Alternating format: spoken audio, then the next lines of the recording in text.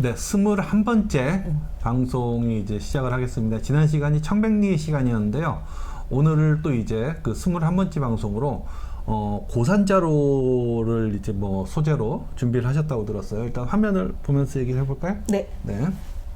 지금 화면은 예. 네, 저희가 제일 중요한 백두산이라고 보통 불리우는 산, 네, 거기에 그 천지 못에서 네. 그 고산자로 반한 그 주인공이, 영화의 네. 주인공이 이 천지를 봤을 때 그 장면이 이제 그 영화 속에 있었고, 그 저희가 대동여지도 관련해서 이제 그 고산자 김정호 영화로 최근 2, 3년 전에 찍었던 영화의 한 장면이고, 그 장면을 저희가 한번 보는 것이 이 고산자 김정호를 이해하는 데 도움이 될 것 같아서 저희가 이렇게 했습니다. 차승원 배우가 맡았었죠? 네. 제 기억이 맞다면. 네. 지금 하늘은 이 천지라고 하는 연못은 이제 저희가 화산이 폭파되고 맨 끝에 지점에 이 저희가 제주도에 가면 한라산이 있듯이 그 위도 백록담이라고 하는 네. 이제 연못같이 물을 담아 놓는 곳이 있다면, 네. 이 천지 연못은 백록담은 사실은 가봐도 물이 굉장히 많이 없어서 마를 때도 있고 완전히 마를 때도 있고 그런데 물이 있는 장면을 사실 많이 네. 못 보게 되는데, 이 천지 연못은 정말 이름이 천지에 맞게 네. 하늘에 있는 연못 같은 느낌으로 네. 늘상 물이 채워져 있고 굉장히 깊고 예. 수량도 많아가지고 그런 얘기 들었어요. 그 천지를 만약 무너뜨려가지고 한반도를 할 그 덮고도 막 뭐 몇 센치가 된다 막 그런 얘기도 들었었어요. 네, 이제 이 천지에 있는 이 물들이 백두산 곳곳에 폭포를 또 이루어서 우리가 백두산을 안타깝게도 북쪽에서는 장백산, 그러니까는 중국에서는 장백산이라 부르고 네.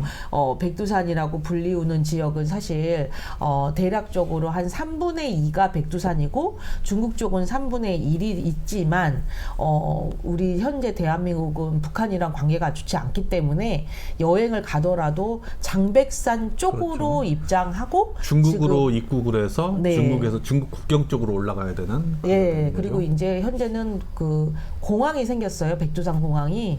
그래서 이제 백두산을 올라가는데 예전보다는 조금 더 원활하게 갈 수 있는 그런 방식으로 됐습니다. 날씨도 굉장히 탄다고 들었거든요. 예, 3대가 덕을 쌓아야만 천지의 연못에 이 물을 볼 수 있다. 제가 올라갔을 때는 겨울이었는데 그때 당시에도 안개가 진짜 심했는데 조금 마음을 가다듬고 좀 이렇게 거기서 기다리니까 그 높았던 곳에 구름이 싹 거치고 그 전체 장관이 드러났는데 약간 정말 가슴이 딱 먹먹한 느낌이 들더라고요. 지금은 안타깝게도 북한하고 남한에 따로따로 있는 대표산으로 존재를 하다 보니까 백두에서 한라까지라는 말 자체가 좀 이제는 거의 딴 나라 같은 느낌이 들 정도인 것 같습니다. 네.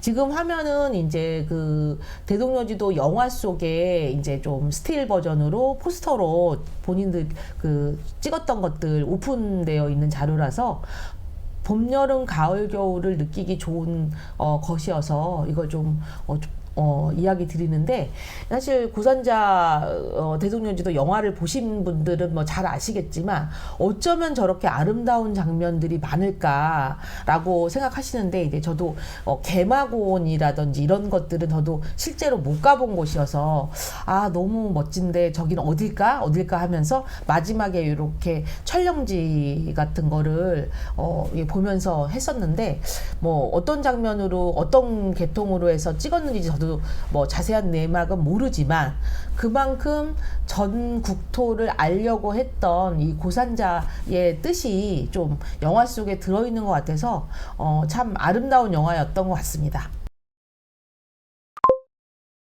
고산자라고 하는 사람은 이제 우리가 김정호로도 많이 알려져 있고 또한 그거에 반해서 너무나 알려진 게 없어서 그분이 태어난 곳이라는 것도 또 어떻게 돌아가셨는지도 네, 그렇죠. 굉장히 알려진 것이 없어서 오히려 좀 고산자로라고 해서 이 길 이름을 이 지명에 넣는 것 자체도 좀 뭐 옳은 것인가라고는 하지만 김정호에 의해서 만들어진 대동여지도 자체가 워낙 귀중한 거의 우리나라 보물에 해당하기 때문에 이분의 이름을 따서 도로명으로 이제 하게 되었고요.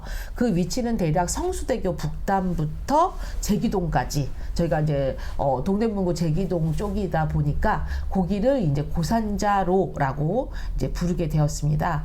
이 고산자로의 주인공인 이 김정호는 약현동이라고 해서 서울역 주변에서 살았다고 하는 기록이 있습니다. 그래서 태어난 거는 황해도지만 살았던 건 약현 성당이다 보니까 지금 서울시 중구 뭐 대략 지금 현재 서울역이 있는 주변 네. 그쪽에서 살았다. 라는 기록이 있고 그와 관련된 비석은 약현성당 뒤쪽에 이 고산자와 관련된 이제 비석이 하나 나와 있습니다. 그래서 지금 화면 자세히 좀 보시면요, 여기 고산자 김정호라고 되어 있고요. 여기 만리동, 중림동, 복례동. 사실 제가 복례동이라는 동네가 있는지는 제가 체크를 안 해봤는데 이 대체적으로 그쪽 지역이 아마 고산자 김정호가 살았던 걸로 저희가 이제 추정을 하는 위치입니다.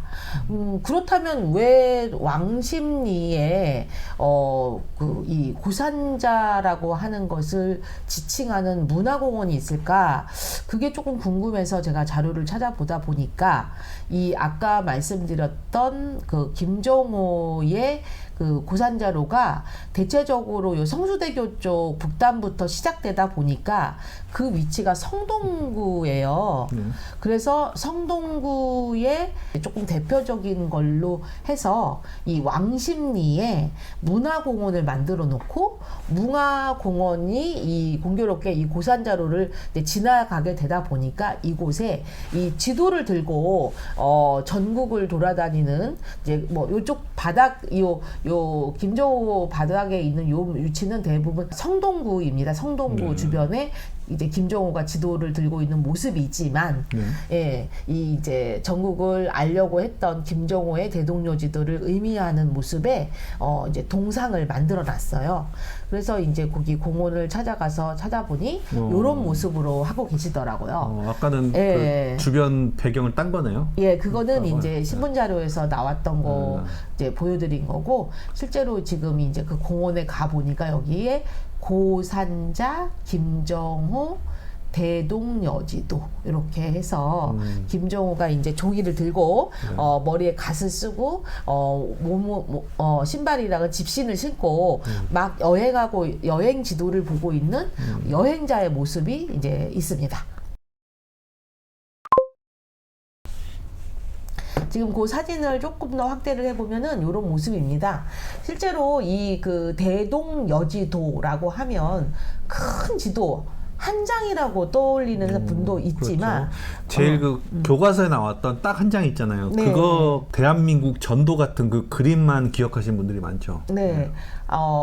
그렇지만 대동여지도를 실제로 눈으로 보신 분이 거의 없어요. 왜냐하면 목판이죠? 예, 목판 목판으로 만들어진 것도 있고 대동여지도를 찍어서 판을 다 연결을 하듯이 찍어놓은 종이를 다 연결하면 대략 23첩에서 26첩까지 이 전국을 이 계단식형 책으로 만들어 놓은 그런 책이다 보니까 규모가 어마어마하게 큽니다. 네. 내비게이션 나오기 전에 저희가 네. 그런 거를 다 차에다 한 대씩 그렇죠. 두고 있었잖아요. 네. 그런데 이 당시에 사람들의 생각은 지도를 내가 들고 있는다? 그건 정말 상상도 못할 일이었고, 또 하나는 지도를 내가 볼 수 있다? 상상도 할 수 없었어요. 왜냐하면 당시에 보부상이라고 해서 여행을 가기도 하고 아니면 뭐 물건을 팔러 나가기도 했었지만 그들이 이용할 수 있는 건 지도를 딱 보고 한 열흘 걸리겠는데? 뭐 예를 들어서 뭐 며칠 정도가 걸릴 테니 얼만큼을 준비해 가야지 이런 생각은 거의 할 수 없었고 그냥 지도 없이 다녔던 게 일상이었다고 이제 볼 수가 있는데 여기 지금 김종호가 들고 있는 요 모습의 중앙 부분이 저희가 알고 있는 한양의 부분이고요. 한성이요? 네. 예, 그다음에 여기가 저희 중랑천, 청계천, 개천 부분이고 한강 부분까지 해서 여기가 이제 지금으로 말하면 서울의 이제 북쪽 부분이라고 생각하시면 되는데 이 지도가 이제 어떻게 보면 서울에 해당하는 부위를 김종호가 들고 있다. 이렇게 해서 이제 모형으로 만들어 놓았습니다. 김종호와 관련된 거는 실제로 이렇게 대동여지도를 간행한 것을 기념으로 해서 이런 김종호 관련된 대동여지도 지도와 더불어서 김종호의 메달 이렇게 해서 지금 보시면 2021년도에 고산자 기념 메달을 만들었어요. 그리고 요 뒷면 뭐 이렇게 해서 주화 형태로 개발을 했습니다. 저희가 중랑구 같은 경우도 이렇게 곳곳을 돌면서 투어길을 만들었던 게 대략 저는 한 7년 정도 걸려서 했던 일인데 김종호가 전국을 떠돌아다니면서 코스를 만들었다? 아 이거는 말이 안 된다 이런 얘기가 정설입니다. 그래서 김종호가 했던 일은 무엇이었냐면요 실제로 김종호가 만들어 놓은 대동여지도 전체를 접이식 책으로 이렇게 만들어 가지고 이 책자를 예를 들어서 서울 부분을 이 동쪽에 서울 부분에서 동쪽으로 여행 간다. 그러면 여기 예를 들어서 뭐 14권 책을 하나 들고 가면서 여행책을 보면서 갈 수 있는 그런 구조로 해놨던 것이 김종호의 일이다 보니까 김종호는 생각을 달리한 거죠. 일반인들 같은 경우는 내가 지도를 갖고 간다. 이런 상상조차 못했지만 김종호는 이 지도를 모든 사람들이 가지고 다녀야 된다라는 생각을 가지면서 이걸 널리 알리고 하려면 무슨 방법이 있을까 해서 생각했던 것이 목판으로 이걸 일일이 새겼던 거를 책으로 만들어서 찍어서 책자화 시키는 거. 그래서 대체적으로 대동여지도 전체 길이는 지금 여기 화면 속에 있는 것처럼 6.7m에서 3.8m이기 때문에 이 전국의 대동여지도 전체를 눈으로 직접 본 사람은 거의 없을 것이다. 뭐 박물관에서도 이걸 다 펴서 전시할 수 있는 상황이 거의 없습니다. 그래서 최근에 서울 역사박물관 20주년 기념으로 대동여지도 책을 전체를 열어서 이렇게 바닥에다 전시하고 사람들이 이 위에 있는 투명 아크릴판 위로 걸어 다닐 수 있게 한 것은 아니고요. 예, 눈으로 볼 수 있게만 그래서 이 테두리를 돌아다닐 수 있게만 한 것도 대략 엄청나게 크기 때문에 전시장 전체를 열지 않으면 이게 불가능한 형국입니다.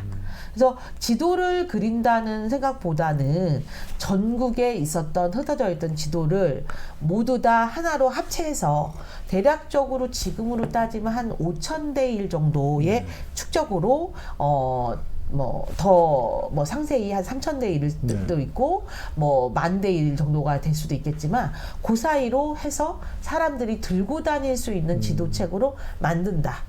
그런데 이제 흥선대원군과 이 대동여지도를 만든 김종호의 일화 속에 어떤 이야기가 있냐면 당시에 우리나라 국가 기밀을 이 김종호가 뭐 외부에 있는 나라들 당시에 뭐 열강들이 얼마나 이 지도를 가지려고 애를 썼을 텐데 가져가기 위한 어떤 표석으로 김종호가 그런 기밀을 유출시키는 일로 이것을 사용했다라고 하는 것이 많은 사람들에 의한 이제 정설이었어요.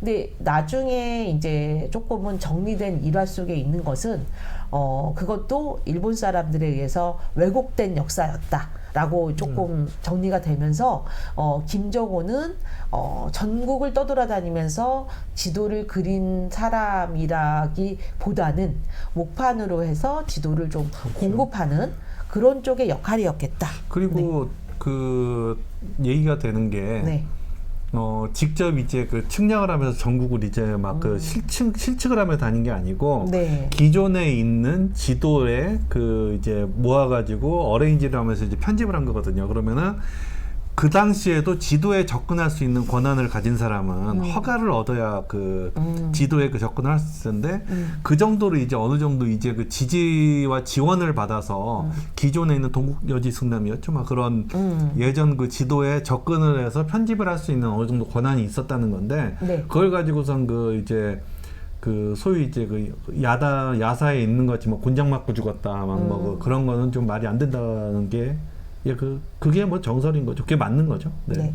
지금 김정호에 의해서 이제 그려진 그림 중에 이 대동여지도가 뭐 걸작 중에 걸작이라고 했던 이유 중에 하나는 이제 초기에 있었던 뭐 동여도라고 하는 지도라든지 이제 이런 식으로 지도를 접근하는 쪽에 김정호가 관여를 했었는데 당시에 정상기라고 하는 사람이 있었는데 그분이 만들어 놓은 여러 가지 지도들을 김정호가 좀 쉽게 볼 수 있는 그렇다면 김정호는 어떤 관직을 갖지도 않았는데 어떻게 이렇게 지도를 쉽게 볼 수 있었는가 아직 그것도 많이 밝혀지지는 않았습니다. 이제 그러나 이제 김정호가 지도에 관심을 가졌었던 것은 이제 아까 약현동 그쪽 주변에 살았을 때 그 친구인 정상기라든지 아시는 분들을 이렇게 쉽게 만날 수 있었던 그런 구조였고 이후에도 지속적으로 지도에 관심을 가졌다. 이 정도까지가 아마도 김정호에 관련된 이야기인 것 같아요.